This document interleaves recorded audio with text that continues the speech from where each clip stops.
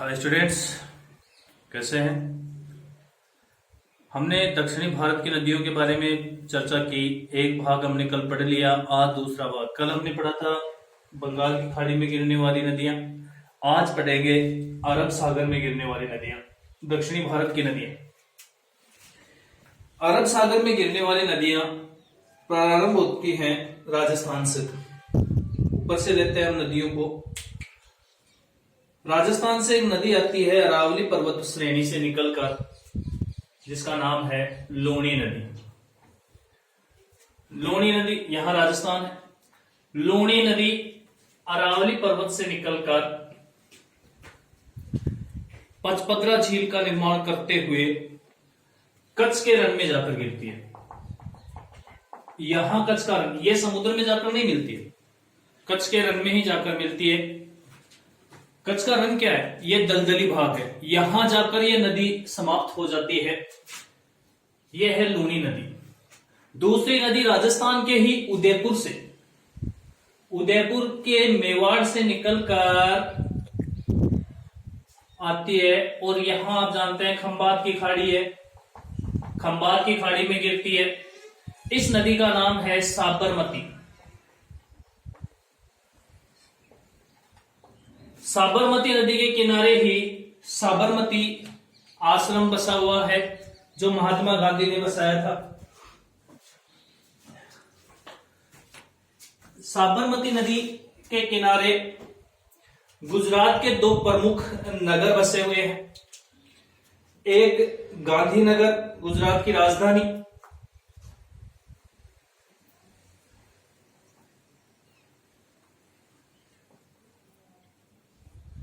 एक गांधीनगर और एक अहमदाबाद।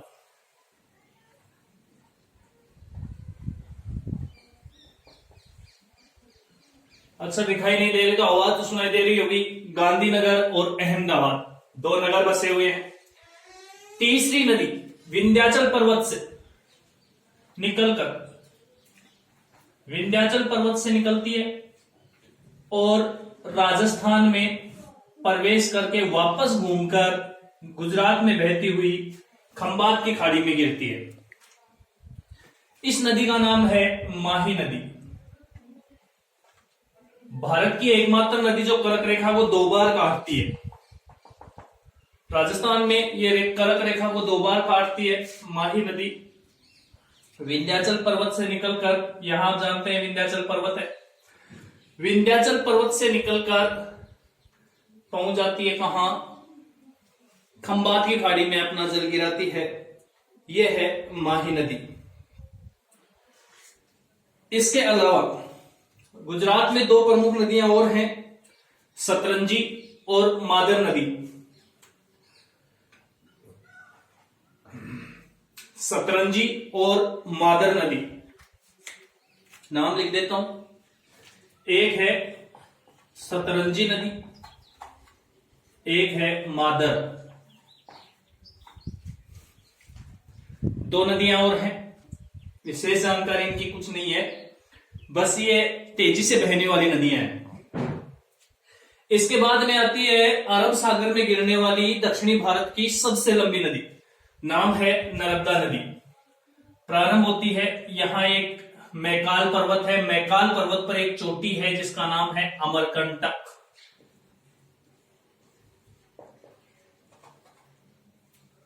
अमरकंटक से प्रारंभ होती है और अपनी भ्रंश घाटी में बहती हुई, भ्रंश घाटी किससे कहते हैं? नदी द्वारा बनाई गई घाटी, गहरी घाटी को भ्रंश घाटी कहते हैं। अपनी भ्रंश घाटी में बहती हुई बड़ौच, गुजरात में एक प्रमुख नगर है बड़ौच या भरूच। बड़ौच के पास अपना मुहाना बनाती है। डेल्टा नहीं बनाती ये नदी एस्च्यूरी बनाती है। डेल्टा नहीं बनाती है, एस्च्यूरी बनाती है। बड़ौच के पास अपना जल गिराती है। तीन राज्यों से होकर बहती है, मध्य प्रदेश मैकाल पर्वत से, यहां थोड़ा सा महाराष्ट्र लगता है, और गुजरात। इसके बाद एक और नदी यहां से बहकर निकलती है,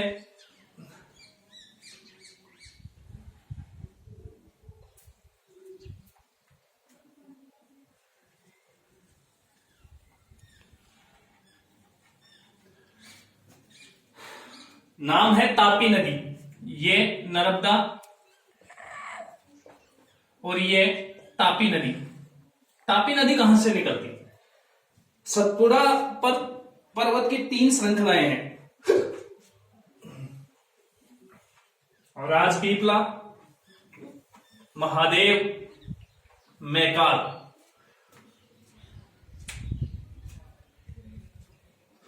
राजपीपला, महादेव, मैकाल। मैकाल पर्वत के ऊपर जो चोटी है अमरकंटक, उससे निकलती है नर्मदा नदी। लेकिन तापी नदी मध्य प्रदेश में ही, यहां पर एक पठार है, पठार का नाम है बैतूल, बैतूल पठार। बैतूल पठार से निकलकर अपने भ्रंश में चलती हुई यहां एक गुजरात का प्रमुख शहर है जिसका नाम है सूरत। सूरत के पास अपना जल गिराती है खंबात की खाड़ी में। खंबात की खाड़ी में जल गिराने वाली 4 नदियां प्रमुख हैं, साबरमती, माही, नर्मदा, तापी। तापी और नर्मदा के बीच में एक पर्वत है, सतपुड़ा पर्वत। यह भारत का एकमात्र ब्लॉक पर्वत है। दोनों नदियों ने इसे ब्लॉक कर रखा है, दोनों नदियां इसके दोनों तरफ से बहती हैं।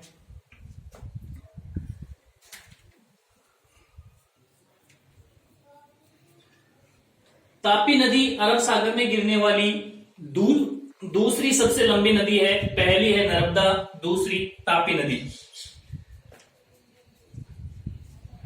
इसके बाद में हम चलते हैं सह्याद्री पर्वत। सह्याद्री पर्वत मतलब पश्चिमी घाट पर्वत, पश्चिम के किनारे किनारे वाला पर्वत जिसे हम कहेंगे सह्याद्री पर्वत।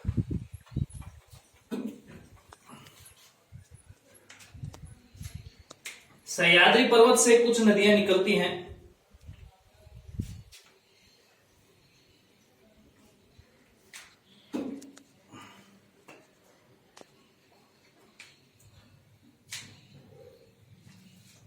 तापी नदी पर यहां पर 2 विद्युत परियोजनाएं लगाई गई हैं जिनके नाम हैं उकाई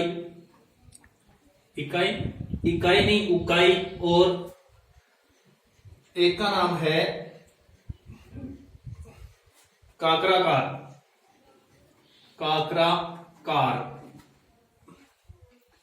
ये विद्युत परियोजनाएं हैं। आप थोड़ी देर रेस्ट कर लीजिए, मैं पानी पी के आता हूं।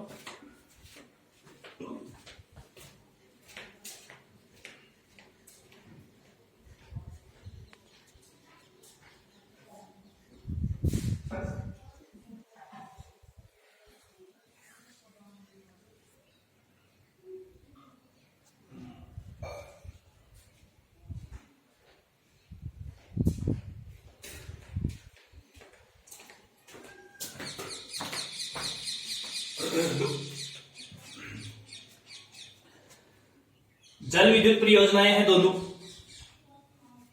सह्याद्री पर्वत से यहां तक महाराष्ट्र के पास में ये छोटा सा राज्य है गोवा में 2 नदियां निकलकर आती हैं। आप जानते हैं पठार का ढाल इस तरफ बहुत ज्यादा है और इधर थोड़ा कम है। इधर से नदियां जो जाती हैं बहुत तेजी से बहती हैं। यहां 2 नदियां प्रमुख हैं, एक ऊपर वाली नदी है और एक नीचे। यहां इस नदी का नाम है मांडवी और नीचे वाली नदी जुआरी। मांडवी और जुआरी दोनों गोवा की नदियां हैं। गोवा की राजधानी पणजी किस नदी के किनारे है? मांडवी नदी के किनारे स्थित है। इसके बाद कर्नाटक में आ जाते हैं। कर्नाटक में 2 प्रमुख नदियां हैं, एक शरावती, एक गंगावेली।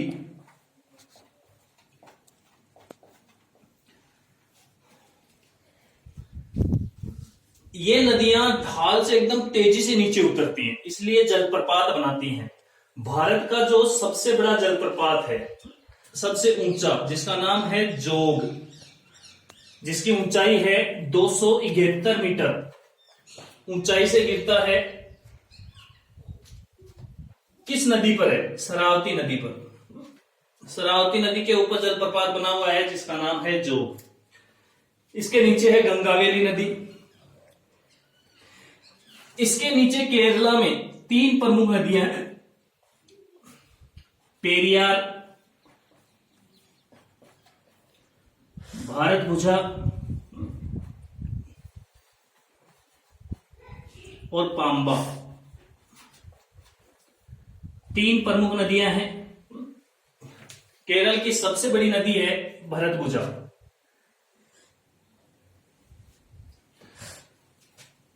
ये हो गई दक्षिणी भारत में अरब सागर में गिरने वाली नदियां और इनकी जानकारी। इसके ऊपर एक और जलप्रपात है जिसका नाम है महात्मा गांधी जलप्रपात। महात्मा गांधी, या एक नाम और है इसका गरसोप्पा। गरसोप्पा जलप्रपात। सबसे ज्यादा विद्युत परियोजनाएं इन्हीं नदियों पर बनाई जाती हैं। क्यों? क्योंकि जब जल, ये इस प्रकार से इनकी ऊंचाई है, जल इधर से गिरता है तो यहां पर मशीन लगा दी जाती है जिसके पंखे होते हैं।